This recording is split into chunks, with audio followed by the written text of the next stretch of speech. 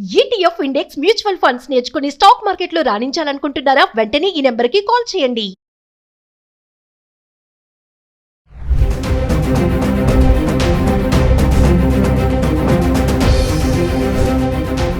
నమస్తే, welcome back to Suman TV. Present మనతో పాటు ఉన్నారు family counsellor, motivational speaker, public speaker Rajani Rama గారు.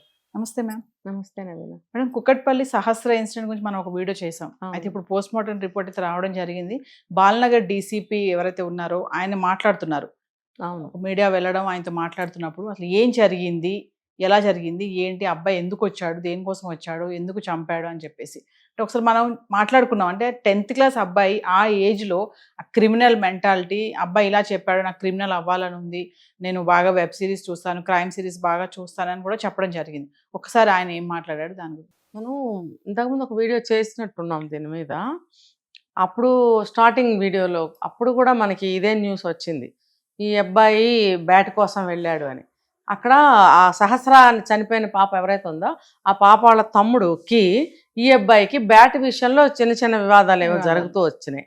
ఈ అబ్బాయికి ఆ బ్యాట్ చాలా నచ్చిందని, నచ్చడం అంటే ఏదో దాని ఆకారము, షేపు అదంతా కాదు, బ్యాట్ కొట్టేటప్పుడు కంఫర్టబుల్గా ఉంది, నాకు చాలా ఇదిగా ఉంది, ఏదో ఉంది అబ్బాయి ఫీలింగ్. అది నాకు ఇవ్వమంటే ఈ పిల్లాడు నేను ఇవ్వను అన్నాడు. ఇవ్వను అని అన్నప్పుడు ఈ అబ్బాయి బ్యాట్ ఏదో విరిగిపోతే అప్పుడు ఆ అవకాశంగా తీసుకుని నాకు ఆ బ్యాట్ ఇచ్చే, నువ్వు నా బ్యాట్ ఇరక్కొట్టావు కదా అంటే, సహస్ర వాళ్ళ తమ్ముడు ఎవరైతే ఉన్నాడో ఆ బాబు కూడా చిన్నపిల్లాడు, 6-7 ఏళ్ళు ఉంటే వాడు కూడా కొంచెం నాటీ ఫెలో అని చెప్తున్నారు. నేను ఇవ్వను అది ఇదని ఇద్దరు గొడవ పడ్డారు.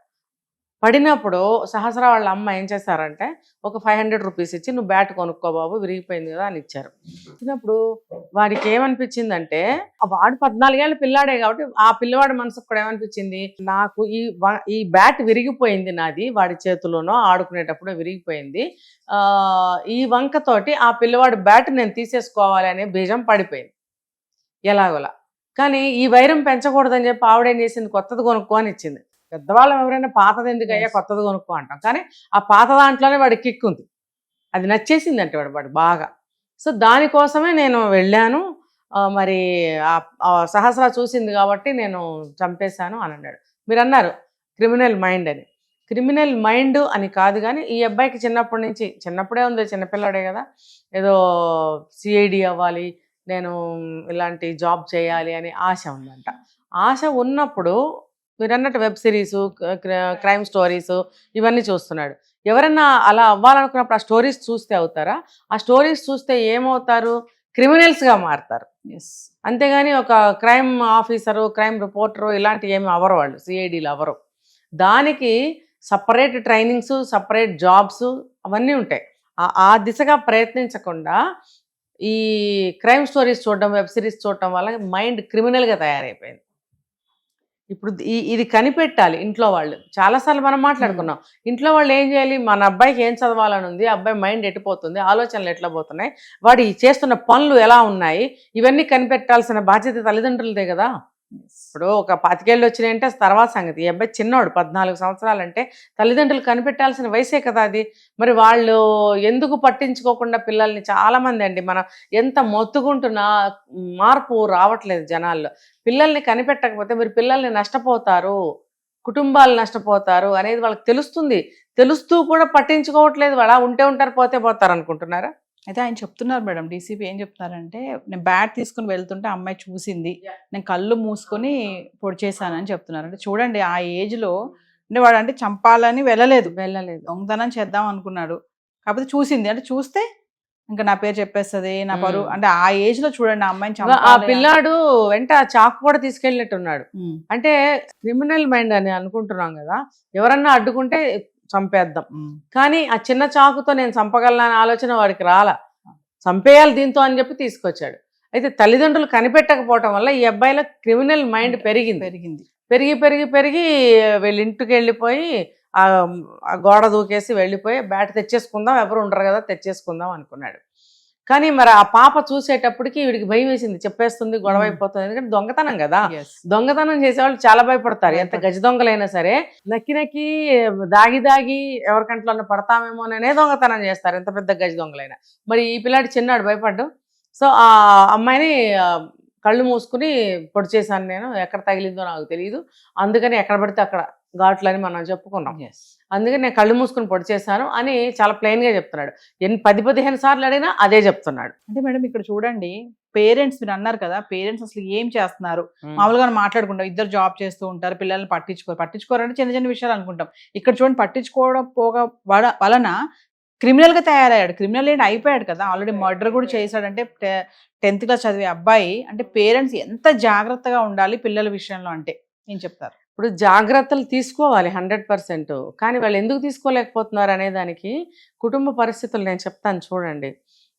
ఏ స్థాయి వాళ్ళైనా సరే వాళ్ళ స్థాయికి సంబంధించినటువంటి విషయాలు ఉంటాయి వాళ్ళ ఇంట్లో. అది గొడవలే కావచ్చు, బిజినెస్ వ్యవహారాలే కావచ్చు, కుటుంబ వ్యవహారాలే కావచ్చు, కుటుంబ ఫ్యామిలీ బర్డెన్సే కావచ్చు, వీటితో సతమతం అవుతూ ఉంటారు కొంతమంది. ఇంకొకళ్ళు భార్యాభర్తలకు ఎప్పుడు గొడవలు అవుతూ ఉంటాయి ఆ విషయాల పరంగా. ఊరికి ఎవరికి గొడవలు అవ్వవు, ఇంట్లో ఏదో ఒక విషయం మీద గొడవలు అవుతాయి అన్నమాట. అవి సరిగ్గా సరి చేసుకుని ముందుకెళ్లే వాళ్ళు చాలా చాలా తక్కువ ఉంటారు. కానీ నువ్వు ఏదన్నా ఒకటంటే తిరిగి 4 అనే పరిస్థితే ప్రతి మనిషికి ఉంటుంది. నువ్వు అంటే అన్నావులే అని తుడి చేసుకుని పక్కకు పోయేవాళ్ళు ఎవరున్నారు చెప్పండి? ఎవరు లేరు. ఒకసారి పోయినా రెండోసారి అటాక్ చేసుకుంటారు మళ్ళీ. అటువంటి వాతావరణంలో, అటువంటి సిచ్యువేషన్లో వాళ్ళు ఉంటే పిల్లల్ని ఇంకెక్కడ పట్టించుకుంటారండి? ఇప్పుడు అది మనం చాలా సార్లు చెప్పుకున్నాం.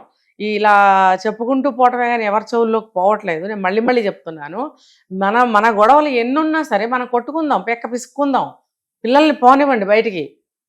పిల్లలు వచ్చిన తర్వాత మర్చిపోయి పిల్లల్ని చూసుకోండి.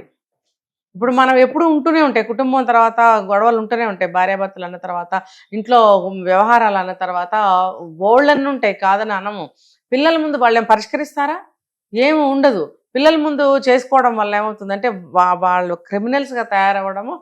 కుటుంబంలో నుంచి నేను ఒక సంఘటన చెప్తా. ఒక తల్లిదండ్రులు ఎప్పుడు గొడవ పడటం వల్ల ఆ అబ్బాయికి మెంటల్ డిజార్డర్ వచ్చేసింది, చదువు ఆగిపోయింది, జీవితమే పోయింది. ఇంకా అబ్బాయికి ఇంకా లైఫ్ అంతా పిచ్చివాడుగానే ఉండిపోయాడు. ఇప్పుడు ఆ అబ్బాయిని భరించాలిగా, వాళ్ళు జీవితకాలం పిచ్చివాడిని భరించాలిగా. మరి అది ఎంత కష్టం.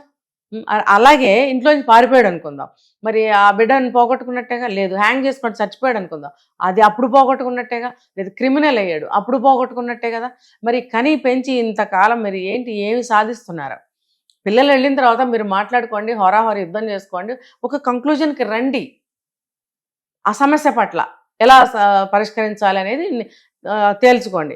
పిల్లలు వచ్చేటప్పటికి మళ్ళీ ఎవరి దారిని వాళ్ళు పనులు చేసుకొని పిల్లలతో మామూలుగా పిల్లలకి మీరు అమ్మా నాన్న, మీరిద్దరు బయట నుంచి వచ్చి ఇద్దరు భార్యాభర్తలు అయ్యారు, కానీ వాళ్ళిద్దరికి మీరు అమ్మా నాన్న, దైవాలతో సమానం.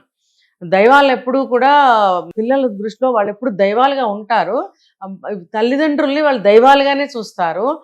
సో ఏ దేవుడి పటాలు చూసినా అమ్మా నాన్న అని మనం పురాణ కథలు చెప్తుంటాము. కాబట్టి ఆ పార్వతీ పరమేశ్వర్లు అలాంటి ఫోటోలు మనం చూపించినప్పుడు అమ్మా నాన్న ఆ రూపాలతోనే ఉంటారని భావిస్తారు వాళ్ళు. మరి వాళ్ళ ఎమోషన్స్ కానీ వాళ్ళ భావాలను కానీ మీరే కదా చిదిమేస్తున్నారు. ఇక్కడ చూడండి, దొంగ అయ్యాడు, క్రిమినల్ అయిపోయాడు కదా. ఇంకా అబ్బాయికి లైఫ్ ఏంటి?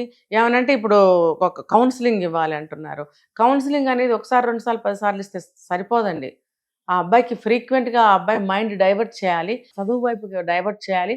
చదువులో కూడా చదువుతో పాటు ఎన్నో లోకజ్ఞానానికి సంబంధించిన విషయాలు, సొసైటీకి సంబంధించినవి, రిలేషన్స్కి సంబంధించినవి, ప్రతి ఒక్క విషయం గురించి, దాని యొక్క వాల్యూస్ గురించి ఆ అబ్బాయికి ఈచ్ ఎవ్రీథింగ్ గురించి కౌన్సిలింగ్ ఇస్తూనే ఉండాలి. స్పెషల్ ఎడ్యుకేషన్ అనేది ఇప్పించాలి. లేకపోతే తన ఉన్న అభిప్రాయాల్లోంచి బయట పడాలంటే జన్మ సరిపోదు. Thank you ma'am.